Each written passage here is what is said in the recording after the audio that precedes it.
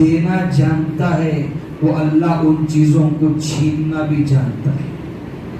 تو محترم سامعین، بتانے کا مقصد یہ ہے کہ جو آج انسان جس خدا کی زمین کے اوپر چل رہا ہے اور جس خدا کی زمین کے نیچے سے نکلنے والا غلہ انسان تینوں وقت استعمال کر رہا ہے، اور یہ اس سے ہٹ کر کہیے کہ دن بھر یا زندگی بھر استعمال کر رہا ہے، اللہ تبارک و تعالیٰ نے دنیا کی ساری چیزوں کو اور دنیا کے سارے اشیاء کو اللہ تبارک و تعالیٰ نے انسان کی خدمت کے لیے بنایا ہے، اور اللہ تبارک و تعالیٰ نے انسان کے پیدا ہونے کا مقصد بھی بتایا اور کہا وَمَا خَلَقْتُ الْجِنَّ وَالْإِنسَ إِلَّا لِيَعْبُدُونَ، کہ اللہ تبارک و تعالیٰ نے انسان اور جنات کو کس لیے پیدا کیا؟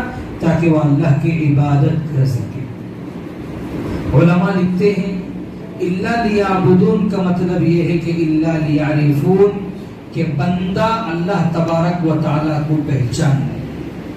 اگر دنیا میں آنے کے بعد بھی جس مالک نے اسے پیدا کیا ہے، جو مالک اسے رزق دے رہا ہے، جو مالک اس کے بیمار ہونے پر اسے شفا دے رہا ہے، جو مالک اسے پہننے کے لیے کپڑے دے رہا ہے، جو مالک اسے کھانے کے لیے بہترین کھانے کے انتظامات کر رہا ہے، وہ مالک کو جو ہے اگر ہم نے دنیا میں آ کے خدا کو نہ پہچانا تو محترم سامعین یاد رکھ لیں گویا ہم نے دنیا کی کسی چیز کو نہ پہچانا۔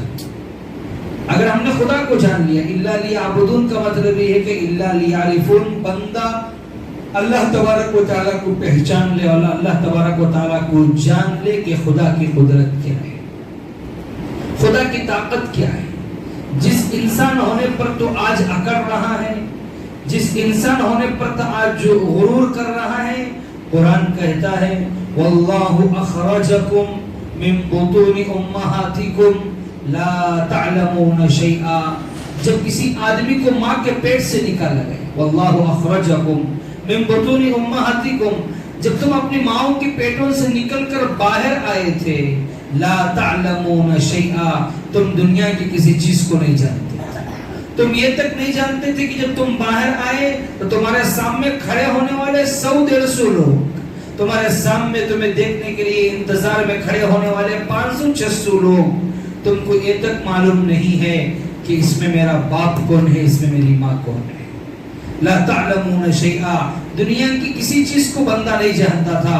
وَجَعَلَ لَكُمُ السَّمْعَ وَالْأَبْصَارَ وَالْأَفْئِدَةَ، وہ تو اللہ کی طاقت و قدرت ہے کہ اللہ نے سننے کے لیے کان دیے، دیکھنے کے لیے آنکھ دیے، اور اللہ نے بولنے کے لیے زبان دیا۔ تو ان تینوں نعمتوں پر، یعنی اللہ نے بولنے کے لیے زبان دی، اللہ نے سننے کے لیے کان دیے، اور اللہ نے دیکھنے کے لیے آنکھ دی، یہ تینوں چیزیں جو اللہ تبارک و تعالیٰ نے ہمیں دی ہے، اگر ان تینوں نعمتوں کی شکر گزاری ہوگی تو اللہ تبارک و تعالیٰ یہ نعمت بچا کر رکھیں گے۔ وَلَئِن كَفَرْتُمْ، نعمتوں کی ناشکری ہوگی، یاد رکھو جو اللہ دینا جانتا ہے وہ اللہ چھیننا بھی جانتا ہے۔ اور ساتھ میں یہ بات بھی اپنے دلوں میں بٹھا لو، اپنے دماغوں کے اندر بٹھا لو، هل أتى على الإنسان حين من الدهر لم يكن شيئا مذكورا، کہ انسان پر ایک ایسا دور بھی گزرا ہے، هل أتى على الإنسان حين من الدهر لم يكن شيئا مذكورا، کہ انسان کسی چیز کو جانتا نہیں تھا۔ إنا خلقنا الإنسان من نطفة امشاج نبتلی فجعلناه سمیعا بصیرا، وہ تو اللہ تبارک و تعالیٰ کی طاقت تھی، قدرت تھی کہ اللہ نے 2 قطروں سے آپ کو پیدا کیا، کہ وہ قطرہ اگر بدن پر لگ جاتا تو کیا ہو جاتے؟ آپ بھی ناپاک ہو جاتے، آپ کا کپڑا بھی ناپاک ہو جاتا۔ انسان آج غرور کرتا ہے، انسان آج اکڑتا ہے، انسان آج فخر کرتا ہے، اور انسان آج کہتا ہے کہ سب کچھ میری طرف سے، سب کچھ میں کر رہا ہوں۔ نہیں محترم سامعین، ہماری ابتدا یہ گندا قطرہ ہے، اور ہماری انتہا اگر دیکھنا چاہتے ہو تو گھروں سے دیکھ لو، ان در و دیوار سے پوچھ لو جن کے گھروں میں کسی کا انتقال ہوا ہو، وہ یہ نہیں کہیں گے کہ ڈاکٹر صاحب کو کب لے کر جا رہے ہیں، یہ نہیں کہیں گے کہ انجینئر صاحب کو کب لے کر جا رہے ہیں، یہ نہیں کہیں گے کہ فلانے آدمی کو کب لے کے جائیں گے، وہ یہ کہیں گے کہ میت کو کب لے کے جا رہے ہیں۔ انسان کی انتہا یہی ہے. انسان کی ابتدا کیا ہے؟ گندا قطرہ ہے, گندا نطفہ ہے. اور انسان کی انتہا کیا ہے؟ انتہا یہ ہے کہ انسان کی انتہا ایک ڈیڈ باڈی ہے. وہ تو خدا کا کرم ہے, نبی کی امت میں پیدا ہونے کا صدقہ ہے کہ مرتے وقت بھی آپ کو کپڑے پہنا کر عزت کے ساتھ, ادب کے ساتھ, احترام کے ساتھ 4 لوگ پکڑ کر آپ کو قبرستان لے جایا جاتا ہے, اور وہاں قبر میں 2 لوگ پکڑ کر آپ کو اتارتے ہیں. یہ امت محمدیہ صلی اللہ علیہ وسلم میں پیدا ہونے کا صدقہ ہے. پتہ نہیں اگر امت محمدیہ صلی اللہ علیہ وسلم میں پیدا نہ ہوتے تو پھر آپ کو لے جا کر جلایا جاتا تھا, یا پھر آپ کو لے جا کر کسی کے حوالے کیا جاتا تھا, یہ دنیا نہیں جانتی تھی. تو اسی لیے اللہ تبارک و تعالیٰ نے جو ایمان آپ کو دیا ہے, جو اسلام آپ کو دیا ہے, جو شریعت اللہ نے آپ کو دیے ہیں, جو مسجد اللہ نے آپ کو دی ہے, ان تمام چیزوں کی زندگیوں میں ہمیں قدر ہونی چاہیے. زندگیوں میں ہمیں ان چیزوں کی عظمتیں کرنی چاہیے کہ خدا نے, اللہ تبارک و تعالیٰ نے کہ ہمیں کیا دیا؟ ایمان دیا, اسلام دیا. ابھی شعبان المعظم کا یہ بابرکت مہینہ, جس مہینے میں اللہ کے نبی کریم صلی اللہ علیہ وسلم نے امت کو دعا سکھلائی تھی, اللہم بارک لنا فی رجب و شعبان, کہ اے اللہ ہمارے رجب کے مہینے میں اور شعبان کے مہینے میں برکت دیجئے, وبلغنا رمضان, کہ اے اللہ ہمیں عافیت کے ساتھ رمضان تک پہنچ جائیے, عافیت کے ساتھ, سکون و اطمینان کے ساتھ رمضان تک پہنچائیے. ابھی یہ شعبان المعظم کا مہینہ بھی 5-6 دنوں یا 10 دنوں کا سمجھ لیجیے مہمان ہے. اس کے بعد یہ مہینہ بھی ختم ہو جائے گا اور رمضان کا مہینہ بھی شروع ہو جائے گا. تو گویا رمضان کے مہینے کی شروعات شعبان کے مہینے سے ہوتی ہے. تو ہمیں کیا کرنا ہے کہ صرف رسمی مسلمان بننا نہیں ہے کہ شروع کے 10 دن نماز پڑھ لیے یا شروع کے 5 دن نماز پڑھ لیے, ایسا نہیں ہے, بلکہ رمضان کے مہینے کا اور قرآن کا اور عبادتوں کا آپس میں ایک گہرا تعلق ہے. مسلمان ہونے کا مطلب جو ہے صرف سر پر ٹوپی پہن لیے اور جبہ پہن لیے اور چل دیے, یہ نہیں ہے. مسلمان ہونے کا مطلب یہ ہے کہ ہماری زندگی میں تقوی بھی ہو, ہماری زندگی میں عبادات بھی ہو, ہماری زندگی میں معاملات بھی ہو, ہماری زندگی میں معاشرت بھی ہو. یاد رکھیں دین اسلام کے 5 بڑے بڑے شعبے ہیں. سب سے بڑا شعبہ ایمانیات پر منحصر ہے کہ ہمارے دل کا یقین یہ ہو کہ اللہ تبارک و تعالیٰ کے علاوہ کوئی عبادت کا لائق نہیں ہے. حضرت محمد صلی اللہ علیہ وسلم یہ اللہ کے رسول ہیں, ایمانیات کا شعبہ ہے. امت مسلمہ آج اس شعبے میں بھی پیچھے ہے. دیندار ہونے کے باوجود, اپنے پاس دین کا علم ہونے کے باوجود, امت کا ایک بہت بڑا طبقہ وہ ہے جو یوٹیوب کے اندر غلط چیزوں کو دیکھ کر اور غلط آدمیوں کے ساتھ لائک کر غلط آدمیوں کے ساتھ تعلق جمع کر ان کا اعلان یہ ہے کہ اللہ کے نبی آخری نبی نہیں ہے. تو ہمارے امت مسلمہ کے نوجوان ایسے لوگوں کو یوٹیوب کے اندر فالو کر رہے ہیں. ہم نے کیا سمجھ لیا کہ دین یوٹیوب کے اندر ہے, ہم نے کیا سمجھ لیا کہ دین گوگل کے اندر ہے, ہم نے کیا سمجھ لیا کہ دین انسٹاگرام کے اندر ہے, ہم نے کیا سمجھ لیا کہ دین ٹیلی گرام کے اندر ہے. محترم سامعین یاد رکھیں, دین جو ہوتا ہے وہ آپ کے دلوں میں ہوتا ہے. اسلام جو ہوتا ہے وہ آپ کے دلوں میں ہوتا ہے. ہم یہاں اقرار نہیں کر رہے کہ اللہ کے علاوہ کوئی عبادت کے لائق نہیں ہے. ہماری مستورات, ہمارے مرد آج جا کر غیروں کے سامنے اپنے آپ کو سجدہ کر رہے ہیں, غیروں کے سامنے سجدہ کر رہے ہیں. افسوس کی بات تو یہ ہے, میری بات کو بالکل برا نہ مانے, یہ قرآن جس قرآن کو ہم نے مردوں پر پڑھنے کے لیے رکھ لیا, یہ قرآن مردوں سے کہیں زیادہ زندوں کے لیے آب حیات تھا, زندوں کے لیے آب حیات تھا. یہ قرآن صرف قرآن نہیں ہے, یہ قرآن یہ شفا والی کتاب بھی ہے کہ اللہ کے نبی نے کہا اگر کسی کو بیماری لگ جائے تو اس وقت کیا کرو, سورہ بقرہ 7 مرتبہ پڑھ کر دم کرو. اپنے گھروں میں برکتیں چاہتے ہو, سورہ بقرہ پڑھو. اور اگر اپنے گھروں میں زندگی میں کبھی فاقہ دیکھنا نہیں چاہتے ہو, دنیا والوں کی باتیں جھوٹی ہو سکتی ہے, دنیا والے وعدے کر کے بولنا جانتے ہیں اور دنیا والے وعدے کر کے وعدہ خلافی کرنا جانتے ہیں، لیکن خدا وعدہ خلافی نہیں کرتا۔ دنیا والے کہتے ہیں کہ اگر مجھے آپ آگے لے کر جائیں گے، اگر آپ میری اقتدا میں رہیں گے اور آپ مجھے ایک بڑا آدمی مانیں گے تو میں کیا کروں گا، اس کے بدلے میں تمہیں یہ چیزیں عطا کروں گا، یہ چیزیں عطا کروں گا۔ حالانکہ ان لوگوں کو معلوم ہے کہ جو یہ بڑا بن کر پھر رہا ہے اس کا راستہ صحیح نہیں ہے، اس کا راستہ غلط ہے۔ یاد رکھو، گناہ کر کر، نیکیاں کر کر، گناہ کر کر کبھی خدا کے پاس چیلنج نہ کرو۔ خدا کہتا ہے فَمَن يَعْمَلْ مِثْقَالَ ذَرَّةٍ خَيْرًا يَرَهُ، ایک رائی کے دانے کے برابر بھی اگر تم خیر لے کر آؤ گے، کل حشر کے میدان میں خدا کے دربار میں تم وہ خیر پاؤ۔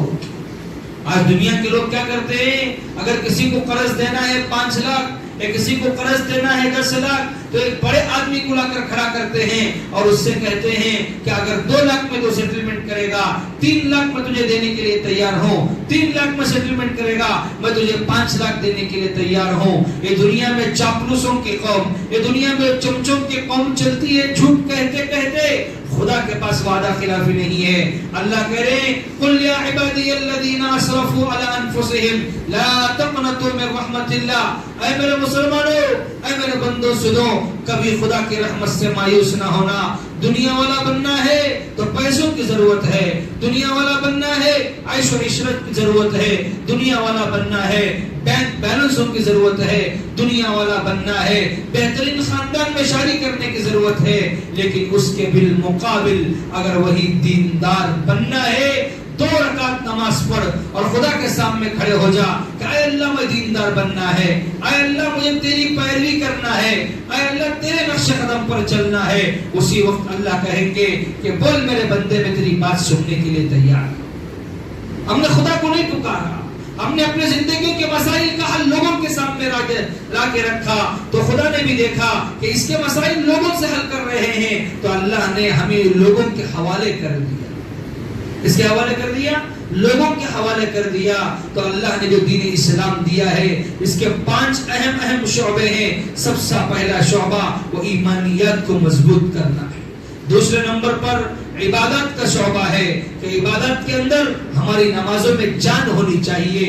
ہماری نمازیں ایسی ہے کہ رمضان کے مہینے میں 20 رکعت، 25 رکعت، 30 رکعت ہم نمازیں پڑھتے ہیں، لیکن ہماری نمازوں میں وہ مدم و خم نہیں ہے کہ ہم نماز پڑھ کر خدا کے پاس ہاتھ اٹھائے اور خدا اپنے ہاتھ کو یا اپنے خدا جو ہے خدا کے پاس ہاتھ اٹھائے تو خدا جو ہے انسان کے ہاتھوں کو خالی لوٹانے کے لیے خدا کو بھی شرم آتی ہے۔ لیکن ہمیں خدا کے پاس مانگنا نہیں ہے، ہمیں کس کے پاس مانگنا ہے؟ صرف لوگوں کے پاس مانگنا ہے، لوگوں کے دروں کے پاس جانا ہے اور لوگوں سے سوال کرنا ہے۔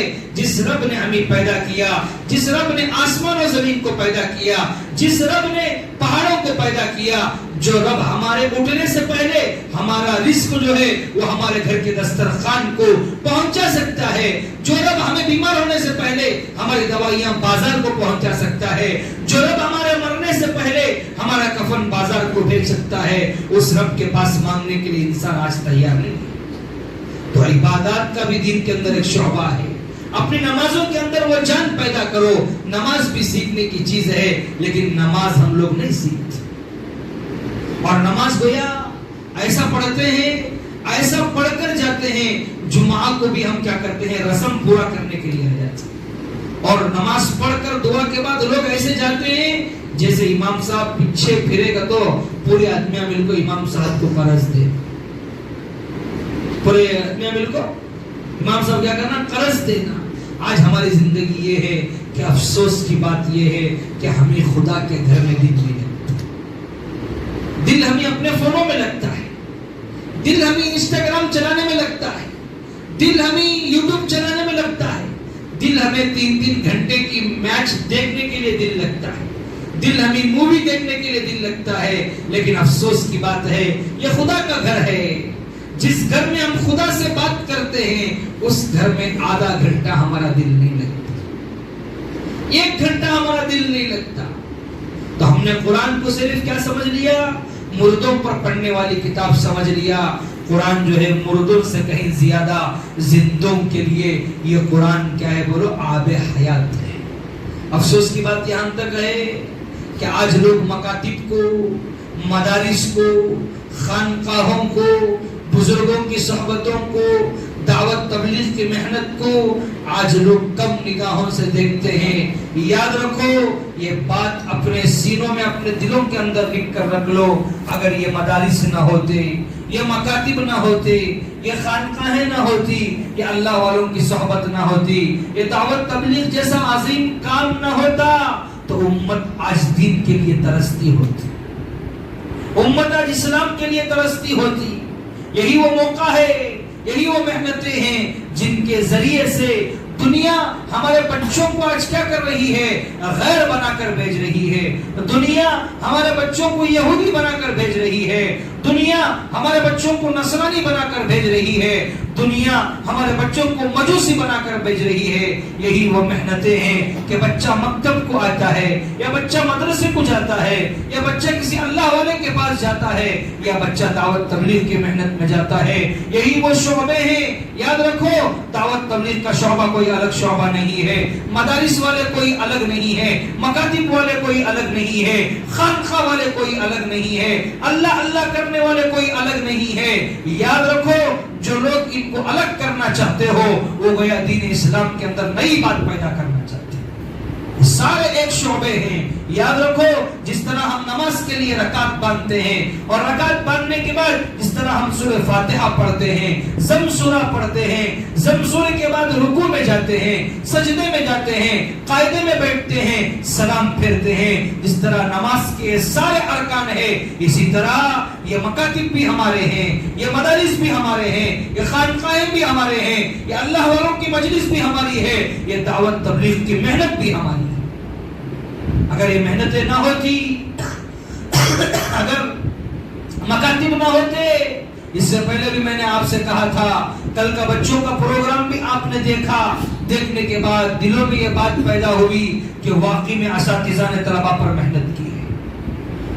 لوگ کہتے ہیں نا، مکتب میں 2 گھنٹے بیٹھ کو کیا کر رہی، 1 گھنٹہ بیٹھ کو کیا کر رہی، دیکھ لیے 1 گھنٹے میں 2 گھنٹے میں کیا کیا کمالات کیے۔ پورا دن گھر میں بیٹھ کو تمہیں یہ لکھانا سکھائی، پورا سال اسکول کو جا کو بچہ بھی لکھنا سیکھ لیک نہیں ہے، پورا 1 سال پڑھ کو ایگزام میں 50% لے کو آیا، لیکن وہی اساتذہ کی محنتیں، ان اساتذہ کو، ان مسجد کے ذمہ داروں کو، ان علماء اکرام کو کم نظروں سے نہ دیکھو، ورنہ تمہارا ایمان خطرے میں پڑ جائے۔ یہ وہی علماء ہیں جو اپنے گھر والوں کو چھوڑ کر، اپنے پرسنل معاملات کو چھوڑ کر، اپنی پرسنل چیزوں کو چھوڑ کر بچوں کی آخرت بنانے کے لیے، بچوں کا فیوچر بنانے کے لیے بچوں کا تعلق مسجدوں سے جوڑ لیتے ہیں۔ کبھی بچے کو مسجد صاف کرنے کے لیے بلاتے ہیں تو اپنے دلوں میں احساس پیدا نہ کرو کہ کیا با میرے بچے کو مسجد صاف کرنے بولے۔ یہ مسجد دنیا کے کسی بڑے آدمی کا گھر نہیں ہے، یہ گھر اللہ کا ہے۔ جس طرح اللہ اسلام کے لیے، ایمان کے لیے سینوں کو چنتا ہے، اپنے گھر کی خدمت کے لیے بھی لوگوں کو چنتا ہے۔ اسے کمتر نہ دیکھو۔ تو میں کہہ رہا تھا کہ ایمانیت کا شعبہ بھی ہمارا مضبوط ہو، عبادات کا شعبہ بھی ہمارا مضبوط ہو۔ رمضان کا بابرکت مہینہ آ رہا ہے، ایسا نہیں کہ رمضان کے مہینے کے شروع کے 5 دن، شروع کے 6 دن یا شروع کے 10 دن، جہاں 10 دن کی تراویح ہو رہی ہے وہاں جا کر ہم نے تراویحاں پڑھ لی، تراویحاں پڑھنے کے بعد ہم نے چھٹی کر دی۔ یاد رکھو، مسئلہ سمجھو، یہ 10 دن کی تراویح ان لوگوں کے لیے ہے جو لوگ مقام میں تراویح نہیں پڑھ سکتے، اسفار میں جانا ہو، ان کے لیے 10 دن کی تراویح ہے۔ ورنہ رمضان کے مہینے میں ساری تراویح پڑھنا ایک الگ سنت ہے، اور یاد رکھو رمضان میں پورا قرآن سننا ایک الگ سنت ہے۔ ایسا نہیں کہ 10 دن میں آپ پڑھ لیے، اور اگر آپ پڑھ رہے ہو تو ایسے لوگوں کے پیچھے نماز پڑھو جن کے اوپر آپ کو اعتماد ہو، اور جن کا قرآن صحیح ہو، اور جو قرآن صحیح پڑھنے والا ہو۔ ایسا نہیں کہ کسی بھی اہل تورے کے پیچھے، کسی بھی ایسے ویسے آدمی کے پیچھے آپ نے 10 دن کی نماز پڑھ لی تو گویا یاد رکھو فضلوا واضلوا، خود تو بہکا ہوا تھا، آپ کو بھی وہ بہکا دے گا۔ قرآن ہے، مذاق نہیں ہے۔ آپ کو تسلی ہونا چاہیے کہ فلاں عالم دین ان کا قرآن صحیح ہے، فلاں حافظ صاحب ان کا قرآن صحیح ہے، یہ صحیح قرآن پڑھتے ہیں، ان کا قرآن ہم نے بار بار سنا ہے، ہمارے علماء کو ہم نے سنایا ہے۔ تو یہ 10 دن کی تراویح کا مسئلہ ان لوگوں کا مسئلہ ہے، یاد رکھو، جو ضرورت سے باہر جاتے ہو، ورنہ آپ کے لیے اپنی مسجد ہے، آپ پورا رمضان تراویح پڑھیں، ایسا نہیں کہ 27ویں کو ختم کر دیں، پورا 29 دن تراویح پڑھنا ہے۔ تو تراویح میں پورا قرآن سننا ایک الگ سنت ہے، اور پوری تراویح پڑھنا ایک الگ سنت ہے۔ جیسا کہ اس سے پہلے بھی میں نے کہا تھا کہ تراویح کا مسئلہ بڑا پیچیدہ مسئلہ ہے۔ تراویح کی جو نماز ہے وہ نماز سنت مؤکدہ ہے۔ کیا ہے بولو؟ سنت مؤکدہ ہے۔ سنت مؤکدہ کا مطلب وہ سنت ہے جس کے پڑھنے پر ثواب ملتا ہے اور جس کے چھوڑنے پر کیا ملتا ہے؟ گناہ ملتا ہے۔ یہ معلوم ہونا چاہیے۔ بہت سارے مسلمانوں کو سنت مؤکدہ کا تو حضرت کاندبی گاؤں ہے، کیا ہے کاندبی گاؤں کا نام کیا ہے؟ تو سنت مؤکدہ وہ سنت ہے جس کے پڑھنے پر ثواب ملتا ہو اور جس کے چھوڑنے پر گناہ ملتا ہو۔ تراویح کی نماز سنت مؤکدہ ہے۔